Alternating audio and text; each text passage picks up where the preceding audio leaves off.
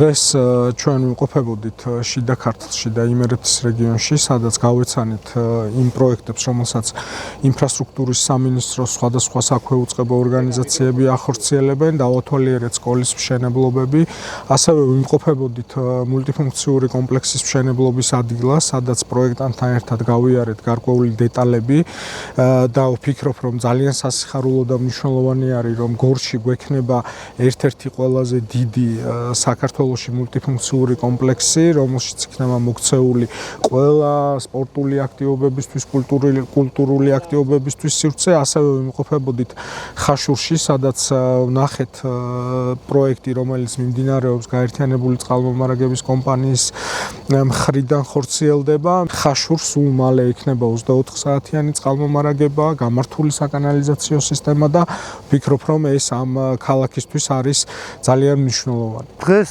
ინფრასტრუქტურის მინისტრთან ერთად გორისა და ხაშურის მუნიციპალიტეტში დავათვალიერეთ მასშტაბური პროექტები, რომელიც ფინანსდება მთავრობის დაფინანსებით და მხარდაჭერით.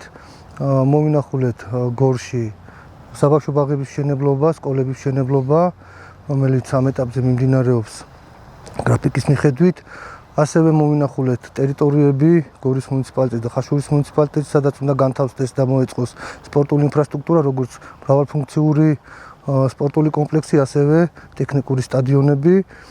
ასევე დავათვალიერეთ წყლის სათავე ნაგებობა, რომელთაც მომარაგდება ქალაქ ხაშური, ხცისი, ცხრამუხა. ჩვენ სამუშაო ვიზიტზე ვიმყოფებით დღეს შიდა ქართლის რეგიონში, სხვადასხვა ქალაქებში და სოფლებში.